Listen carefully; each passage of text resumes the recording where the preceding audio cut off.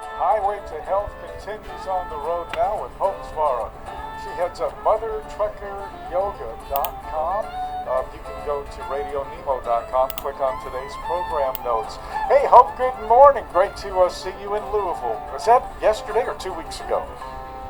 It feels like it was yesterday and 2 weeks ago all at the same time. Good morning, Dave. Good morning, good morning. I know you were really just covered up with folks talking to you. Had a chance to spend a little time there in the Sirius XM arena. Yes, it was. I love Matt for the connectivity, for the ability to meet drivers that many of them I've just been talking with via social media or online for, a few months to a few years, and to have that face-to-face interaction and feel the energy of everybody, man, that's my favorite part. Yeah, face-to-face, one-on-one, one person at a time. That's kind of your thing. I just love helping and working with people, and there's nothing better than being in the midst of others, whether it's on stage, doing my thing, or on the radio with you, or one-on-one talking with a driver. I mean, I think that is really also what our culture is starting to lack a little bit, because we do so much online. I mean, I love the fact we're talking today, but there is something to be said about being in person with other people. We come from a similar background. In other words, our economic background and the work that we did and our families did. You told me a real interesting story about what your dad did for a living, and you really learned how to understand what working people really need and what they go through. Yeah, I didn't realize that I was poor growing up until later in life. My dad was a sewer pipe layer. He barely graduated high school, went into the Army, got out, needed a job, and he was the guy laying pipe 80 feet down in the hole. He was doing the thing that no one wanted to do, and, stuff that no one wants to stand in. But I really learned from watching him, three different things. One, sometimes you just got to do the hard work, and you have to do it even though you don't want to do it. Two, there are jobs in this world that only a small portion of the population will have any idea even exist. And three, when you put your heart into something, you can make anything work. And I really learned a lot from my dad. I also watched him break his body because he didn't value his health the way that he should have. He kind of thought he was invincible when we were younger. And then as time went on, he kept on just kind of doing his job because he thought that's what he was supposed to be doing. And now he's 65. He's considered 100% disabled. It's painful for him to get upstairs, get out of a chair, get out of his car, move around, stand too long, sit too long. Everything aggravates him. And it's painful to watch him because mentally he wants to do things, but physically he can't. And it's not just a physical limitation now. It's really affecting him mentally as well. Wow, that's an incredible story, and I want to thank you so much for sharing that with us, Hope. But that circles kind of right back into today's provocative title, Aging Healthy from the Driver's Seat, Why Exercise Isn't the Solution. Now, there's a reason you put it that way. There is, and for those of you that know me, know I come from a yoga and health and fitness background. I had a yoga studio. I taught yoga for almost 20 years. And I learned a lot about movement, but I also learned a lot about what we as humans are doing and not doing. And the way we look at this idea of being healthy, in my opinion, is actually quite backwards in our culture. We have this idea that if we check a box, if I'm like, okay, went to the gym, did sit-ups, did some jumping jacks, and we check that box, there's something that's happening in our brain that's telling us, well, now I don't need to do anything for the rest of the day.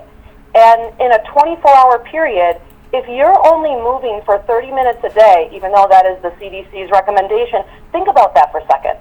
30 minutes of movement, but then 23 and a half hours, you're doing nothing. That seems a little lopsided when it comes to moving. And we as humans, we're not meant to be lions. We don't, sleep 23 hours a day and then run at our highest capacities for 60 minutes and then sleep again. We're not designed that way. We as humans are designed to move. And so as drivers, or you're even sitting at a computer, we're just not doing enough throughout the day, every day, to really optimize our overall health. And so if you're listening to this right now, let's just take inventory. It's 7:43 in the morning, Central Time. As you go through your day, or as you went through yesterday, how much did you actually move? Move your shoulders, move your wrists, your arms, your lower back, your legs, your knees, your hips, your ankles. How much did you actually move your body in full totality throughout the entire day? For a lot of people, it's very small. It's very, very small as far as how much they're utilizing their body to the fullest capacity. And there is a saying, use it or lose it. Now, don't be like my dad and abuse it, but I really want to help you all this morning, even just talking with Dave, to show you some strategies that you can improve your health all from the driver's seat. Let's take a break right here and turn the page and get into some nuts and bolts on that, Hope. You know, you kind of reminded me of, well, I've gone to the gym and check off, now I don't have to do anything else. It reminded me of a great old Justin Wilson story about a little boy who went to school the first day and went to bed and everything, and his mom woke him up the next morning. He says, "Mama, why are you waking me up so early?" She says, "Well, son, it's time to go to school." He says, "Mama, I've already been to school." On that note, we look at health that way a lot. Yeah, exactly. We'll take a quick break. Be right back. Highway to Health. Hope Zvara from Mother Trucker Yoga is with us. Highway to Health right now. And Hope Zvara is with us. And speaking of websites, mothertrucker.com, mothertruckeryoga.com. Hope, good morning again. Good morning. Okay, so exercise is important, but it's like, okay, you got to keep that engine rolling throughout the day. That's the key. The consistency of it is the most important thing. So little things can add up to be big things. Correct. And I want to say this, for those of you listening, I'm not against exercise. I think exercise is a great addition to everyone's life. I worked in a nursing home teaching yoga to people that they could go back in time and be able to do things like get out of a chair, lift their arms up over their head, twist their body, put their own shoes and shirt on. They wanted to be able to do those things. And exercise, daily for them was a big part of it. But for those of you listening today, exercise is only one piece of the pie, yet we as a culture are so hyper-obsessed with this idea of putting on our yoga leggings or our shorts and getting to the gym and lifting weights and running a marathon and doing all these things. But for the other portion of our day, we're doing very little, and yet we call ourselves healthy. I was in this world. I was in this space. I practiced yoga every day. I thought, namaste, everybody. I'm super healthy, but my back hurt. I was sore all the time. I was stressed, and despite my efforts, I'm like, I'm missing something. And the piece I was missing was what I call lifestyle fitness. Lifestyle fitness means you give your best efforts to make sure from the moment that you wake up to the time you go to bed, you are moving your body. And this can seem a little, kind of odd when we start adding this to our day, but let me give you this visual, Dave. Think about a 2-year-old. When they're watching TV and they're watching Mickey Mouse Clubhouse, they're not sitting still. They're upside down on the couch, then they're sideways, then they're standing, then they're squatting, then they're, fiddling with their fingers, then they're trying to put their, leg, by their other hip, and they're doing all these things. They're moving their body, which tells us that we are designed. There's an imprint within us that tells us we need to move. But yet our culture has told us to sit still, don't move, get behind the driver's seat or the computer and stay there for hours a day. So as drivers, my suggestion to you is this. If you are starting on your wellness journey, if you are like, I need to take my health back, but I don't know how, I don't know where to start, the first step is to, if you're behind the wheel today, make an effort to roll your shoulders 20 times both directions. Make it an effort to reach each of your arms up overhead and stretch and kind of lean into your underarm. How many times a day do you even reach your arms above your shoulder line? I've worked with people in their 80s and 90s. Man, they would give anything to be able to do that. And make an effort to roll your ankles, march your legs up and down off the seat of your truck. When you put your seatbelt on, just twist a little bit farther each direction. Now, doing this regularly throughout the day, all of this adds up. All of this counts. These are calories burned. This is ability for you to move your body, increase circulation, blood flow, lymphatic flow. This is going to help with serotonin and endorphins, which we have what we believe is a mental health crisis on our hands. I believe that a big portion of it is actually a movement crisis.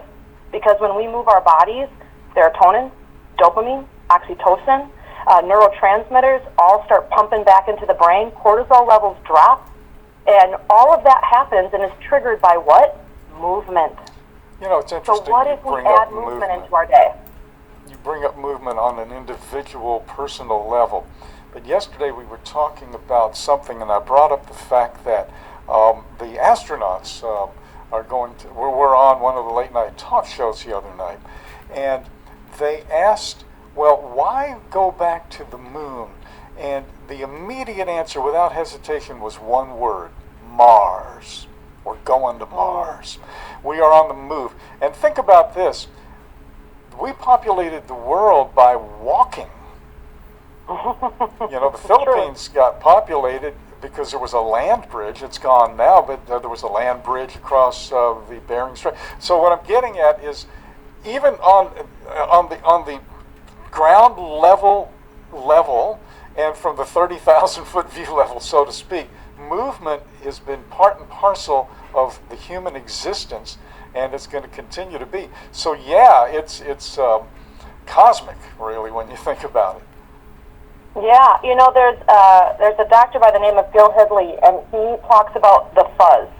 And I have a background in fascial exercise, pun intended there. And so your fascial system, or your fascia system, depends on which background you come from, is kind of a netting, almost like a spider web that encompasses your entire body. It encompasses every muscle, every fiber of every muscle. It encapsulates your organs. It's in your eyes. It's in your blood. It's everywhere. When you were 2 weeks old, in your mother's, uterus, and you were just a little embryo, you were actually a ball of fascia. And he talks about this and has studied it and worked with cadavers, hundreds of them. And one of the things he talks about is this idea of melting the fuzz. That if you wake up in the morning and you don't move, and you multiply that by dozens, if not hundreds of days consecutively, that fuzz begins to build up. Now, that's like going into your closet and finding Granny's old coat that hasn't moved for 30 years. There's that thick layer of dust on it, and it's kind of like, it's kind of gross, it's high, it's sticky. That's happening in your body. So when we don't move, that fuzz builds and builds and builds and builds. And then all of a sudden, we're like, why does my back hurt? Why are my shoulders stiff? Why does it hurt to move my neck? Why are my hips this way? Oh, I have bad knees. What if none of that is true? And it's just the fact that you have such a big fuzz buildup that your body is responding to that. And how do we melt the fuzz? We melt the fuzz through movement. And so this is not in the category of exercise. When you wake up in the morning, before you get out of bed, stretch your arms overhead. Bring your knees into your chest and rock side to side on your back. Roll your ankles, roll your wrists. Movement doesn't have to be this certain type of way, but you do need to move your body. Make no mistake. If you want to be out of the wheelchair in your 60s, 70s, 80s, and 90s, you decide what that age is, you best get out of the chair right now. And as drivers, you may not be able to do that, but that doesn't mean you can't move while in the driver's seat, because every small, simple movement counts and will add up and help you melt that fuzz. One of the things that I think, generally speaking, we've always looked at and we've always heard about and talked about on television, magazines, whatnot, is that there are two factors to health: diet and exercise. That's all we've ever heard. Diet, exercise, exercise, diet. And now, at long last, sleep has been recognized as an equal partner there, so we now have a three-legged stool: diet, exercise, sleep. Sleep, exercise, diet. What you're saying here is that we need to take that stool and trade it in for a four-legged chair: diet, exercise, sleep, movement, because movement and exercise are very closely related. Yes. But a trumpet and a tuba are closely related too. Yes. Doesn't mean they're the same. And add the word lifestyle movement to it, which means you're trying to move, or daily movement, which means you're trying to move more throughout the day. This can be something as simple as when you're pumping fuel, stand there and do 10 calf raises. Bend down and touch your toes. Swing your arms side to side. Reach your arms up overhead and bend side to side. Like, there is a lot more downtime than often a driver is willing to admit that they can just add a little movement in. When you're standing, it might not be great, and you're in the bathroom brushing your teeth, or you're doing a couple leg lifts. Squat down and pretend you're trying to look at something on your shoe. It might not be a pretty squat, but it is definitely going to add to the matrix of your health. And make no mistake, I want to live the highest quality life. I want that for my drivers.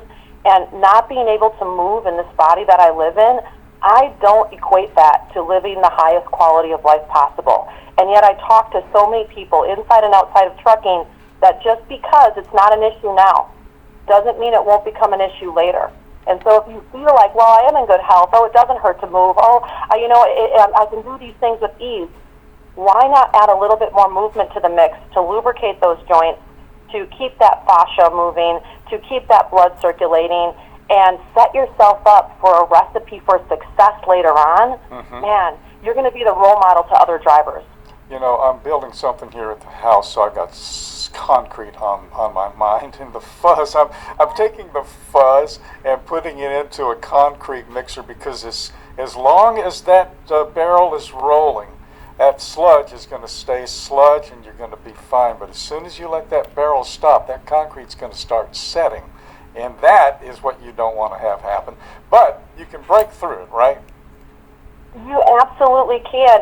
And this isn't rocket science movement for those of you listening. This is just you, like I said, rolling your shoulders, rolling your wrists, turning your head side to side.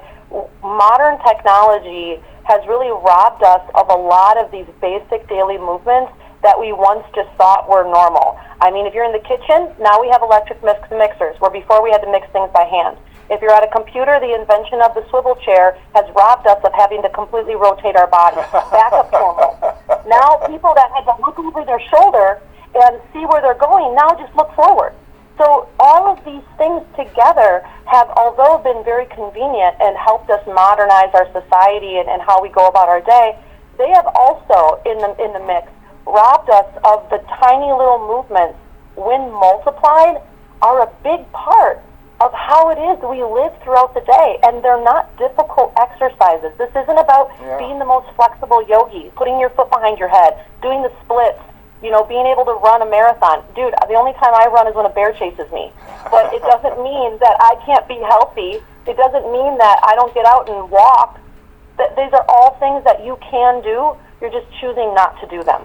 I remember when I was a kid, certain kids would be known as being limber. Man, that kid is limber. You don't hear that word anymore at all, do you? Unless it's your thumbs. Those thumbs are limber. Isn't that the truth? For sure. Oh, whoa, this hour was very limber, and it's just slipped right by us. Thank you so much for being with us here on Highway to Health. Oh, thank you so much for having me on, Dave. It's always so much fun to talk with you. Zvara, everybody, mothertruckeryoga.com is the website. That movement thing, it's not exactly exercise. It's just move